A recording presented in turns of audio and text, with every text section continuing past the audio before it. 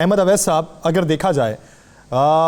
282 کے قریب اراکین ہیں جن کے بارے میں اطلاعات ہیں کہ انہوں نے سنی اتحاد کونسل کے اندر شمولیت کے لیے اپنے حلف نامے جمع کروا دیے ہیں۔ دعوے دار یہ لوگ بھی ہیں جو پاکستان تحریک انصاف کے ہیں اور مستقبل قریب میں یہ سنی اتحاد کونسل کے رہنما پکارے جائیں گے، تو اگر ان کی نمبر گیم پوری ہے تو وہ کس طریقے سے پوری ہوگی؟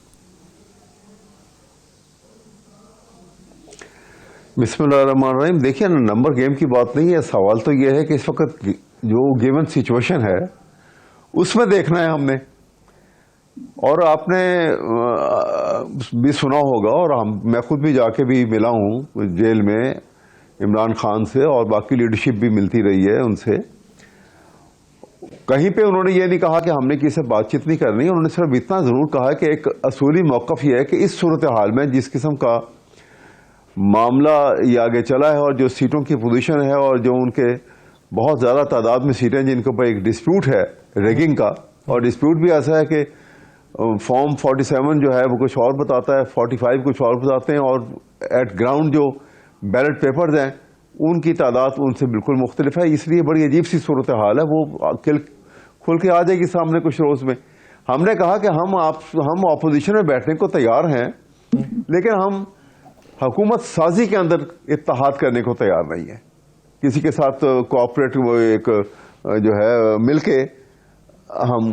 کولیشن کرنے کو تیار نہیں ہے۔ ہمارا یہ ایک موقف تھا، ہم نے کہیں بات چیت بند کرنے کی بات نہیں کی ہے، کہیں ہم نے کسی سے معذرت چاہتا ہوں قطع کلامی کے لیے۔ احمد اویس صاحب، یہ بتائیے گا، آپ کہتے ہیں کولیشن میں نہیں جانا چاہتے، تو اس کولیشن کے اندر کیا مجلس وحدت المسلمین بھی نہیں ہے، جماعت اسلامی بھی نہیں ہے، اور آپ کی ہم خیال جماعتیں بھی نہیں ہیں، یا وہ ہیں اور کچھ اور جماعتیں وہ کولیشن کے ساتھ ان کے ساتھ نہیں جانا چاہتے؟ نہیں، ہم نے کہا ہے کہ ہم حکومت سازی کے لیے کولیشن میں جانا نہیں چاہتے۔ صحیح، ہم نے یہ ایک موقف رکھا تھا کہ اس صورت میں ہم حکومت بنانے، کیونکہ ہم اپنی انکیپیسٹی میں تھے کہ ہم انڈیپینڈنٹ حکومت بنا سکتے، لیکن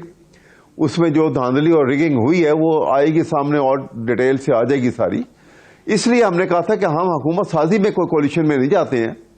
باقی تو ٹھیک ہے، ہم نے سروائیو کرنا ہے، ہمیں دیوار سے لگایا گیا، ہر طریقے سے اس کو توڑ پھوڑ کی گئی، ہر طریقے سے وہ تمام ہتھ کنڈے آزمائے گئے، اور وہ کارفرما ہوئے جس سے یہ پی ٹی آئی کو بالکل توڑ دیا جاتا، ختم کر دیا جاتا، لیڈرشپ کو جس طرح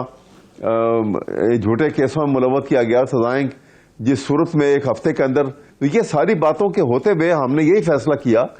کہ ہم حکومت سازی میں کولیشن نہیں کریں گے، باقی ہم ہر ایک سے بات بھی کریں گے، اور ہم اپوزیشن میں بیٹھنے کو تیار ہیں۔ جو پارٹی کا اپوزیشن میں ساتھ بیٹھ رہی ہے ان کے ساتھ ہم کوآپریٹ کریں گے باقاعدہ۔ آپ لوگ تو پی ٹی آئی کے اب رہنما نہیں کہلائیں گے، تو ایک سوال یہ ہے کہ چیئرمین جو سنی اتحاد کونسل ہیں وہ صاحبزادہ حامد رضا صاحب ہیں، تو صاحبزادہ حامد رضا صاحب کی موجودگی میں عمر ایوب صاحب یا بیرسٹر گوہر علی صاحب، ان کا سٹیٹس کیا ہوگا؟ دیکھیے، آپ اس بات کو تو ذہن میں رکھیے نا کہ وی ہیو بین کمپیلڈ، ہمیں تو مجبوراً دیوار سے لگایا گیا ہے، توڑ پھوڑ کا شکار کیا گیا، ہر قسم کی اذیتیں اور ہر قسم کی جو مشکلات سے گزار کے انہوں نے پارٹی توڑنے کی کوئی کسر نہیں کی، پادی توڑ دی، سمبل چھین لیا، سب کچھ کیا۔ اب ہمارے پاس تو سوال یہ ہے کہ سروائیول کے لیے ہم نے ایک جو پلان سامنے رکھا کہ کیونکہ عوام نے، پاکستان کی قوم نے جس طریقے سے اظہار کیا ہے اپنے اعتماد کا عمران خان کی قیادت کے اوپر، اور اس کو مد نظر رکھتے ہوئے کہ ہم اس میں کوئی جھول پیدا نہ کریں اور اس طریقے سے ہم آگے بڑھیں، یہ تو کمپیلنگ سرکمسٹانسز میں ہم اس انداز میں ہیں، ہم اس کو انشاءاللہ تعالی ود دی ٹائم اس معاملے کو سیدھا بھی کریں گے، اور پارٹی جو ہے وہ اپنی اصل شیپ میں ضرور سامنے آئے گی، آج نہیں تو کل آئے گی۔ پاکستان کی اکانومی تباہ کیسے ہو گئی 16 مہینے کے اندر، اور اس کے بعد یا رول آف لا کا کیا حال رہ گیا یہاں پر؟ کبھی آپ نے سنا تھا اس طرح تھا جو چادر اور چار دیواری جو آرٹیکل 14 کی تزلیل ہوتے ہوئے؟ کبھی گھروں میں پولیس جو ہے اور لوگ جا کے گھر کی خواتین کے ساتھ بدسلوکی کرتے تھے کبھی، اور ان کو بالوں سے گھسیٹ کے باہر لے جاتے تھے اور جا کے ان کو جیلوں میں بند کرتے تھے؟ کبھی آج تک یہ دیکھنے میں آیا تھا؟ کبھی ایسا سنا کبھی کہ آپ نے لوگوں کو اٹھا کے لے گئے اور جا کے ان کے ساتھ اس قدر وہ تشدد اور بد اخلاقی کا ثبوت دیتے ہوئے جو ان کے ساتھ سلوک کیا گیا جیلوں میں، آپ یہ سمجھتے ہیں ان کو مجبور کیا گیا کہ تم یہ بیان دو گے تو ہم چھوڑیں گے؟ اپنے شیپ کے اندر ضرور آئے گی. اگر قانونی منظرنامے پہ بات کریں، آپ کیا سمجھتے ہیں کہ یہ جو تمام افراد ہیں آپ کی جماعت کے سپورٹ سے جیتے ہوئے، یہ جب سنی اتحاد کونسل میں جائیں گے تو وہ مخصوص نشستیں جس کے اوپر نظر ثانی کرنا اور اس کے اوپر پیپر ورک کرنا الیکشن کمیشن نے آج سے شروع کر دیا ہے، ان کا حصول کس طریقے سے ممکن ہو پائے گا؟ کیونکہ بنیادی طور پہ ایک بات منظر عام پہ آ رہی ہے کہ وہ جماعت کے اندر شمولیت اختیار کی جا سکتی ہے جس کے پلیٹ فارم سے کوئی ایک شخص جیتا ہو. تو صاحبزادہ حامد رضا صاحب بھی اپنی جماعت کے پلیٹ فارم سے نہیں جیتے ہوئے، آزاد حیثیت میں جیتے ہیں. تو وہاں پہ کوئی کیا قانونی پیچیدگی کا سامنا کرنا پڑے؟ میرا خیال میں کچھ پیچیدگیاں ضرور آئیں گی اور شاید کورٹ میں اس میٹر کو الٹیمیٹلی جانا پڑے گا اور وہاں یہ میٹر سارٹ آؤٹ ہوگا، اگر فائنلی جس طریقے سے بھی ہوگا، کیونکہ یہ سچویشن ایسی ہے کہ جہاں پہ مجبوری کے عالم میں یہ سارے سٹیپ ہیں. اس لیے اب یہ کورٹ کا جو ہے وہ بھی پوری اس کے اوپر ہوم ورک ہم کر رہے ہیں اور اس کو لے کے جائیں گے کورٹ کے اندر، وہاں پہ بھی اس کو ٹیک اپ کریں گے. لیکن اس کے ساتھ ساتھ میں ایک تھوڑی سی بات اور بھی کرنا چاہتا ہوں. دیکھیں، ابھی رجوانہ صاحب نے بڑی خوبصورت انداز میں اپنی جو گفتگو کی ہے. کوشچن یہ ہے یہاں پر کہ جب تک پہلی دفعہ ان کو برا بھی لگا تھا آپ کے منہ سے جو بندر بانٹ کا لفظ نکلا تھا، لیکن سب کانشیسلی بھی بعض لفظ نکل جاتے ہیں اس وجہ سے کہ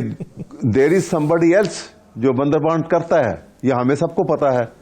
اس وجہ سے یہ لفظ نکل گیا. چلیں چھوڑیں اس بات کو بھی. کوشچن یہ ہے کہ جب تک ہم پاکستان جن مسائل کا شکار ہے، جب تک ہم آئین کو اسٹرکٹلی فالو نہیں کریں گے، جب تک ہم یہاں بیٹھے ہوئے جتنے بھی ماضی کو بھول جائے کہ ماضی کو جائیں گے تو ماضی میں تو آج یہ کہہ رہے ہیں کہ یہ جھوٹیاں وہ سزائیں ہو گئیں. نواز شریف کے اوپر سزا کوئی جھوٹی نہیں ہوئی، اس کی پراپرٹی آج بھی وہاں موجود ہے.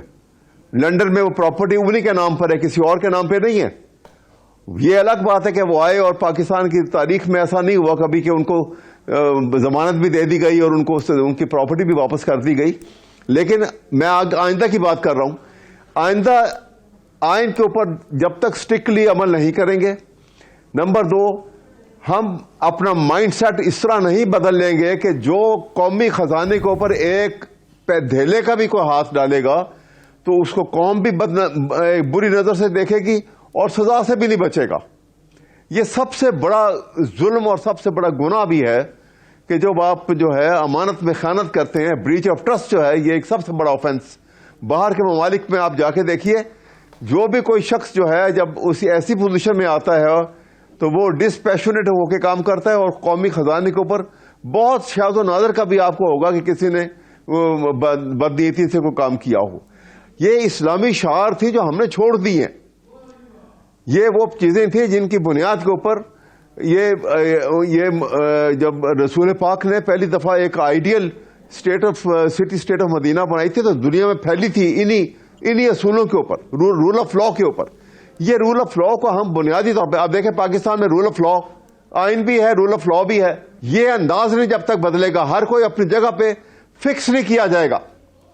جس کا کام جہاں پہ ہے وہ وہاں ہی کرے. عدلیہ کا کام ہے انصاف کرے، صحیح انصاف کرے. نہیں کرتے تب سپریم جوڈیشل کاؤنسل کو صحیح ایکٹیو کیا جائے کہ فوراً بغیر وقت ضائع کیے ان کے خلاف کارروائی کی جائے.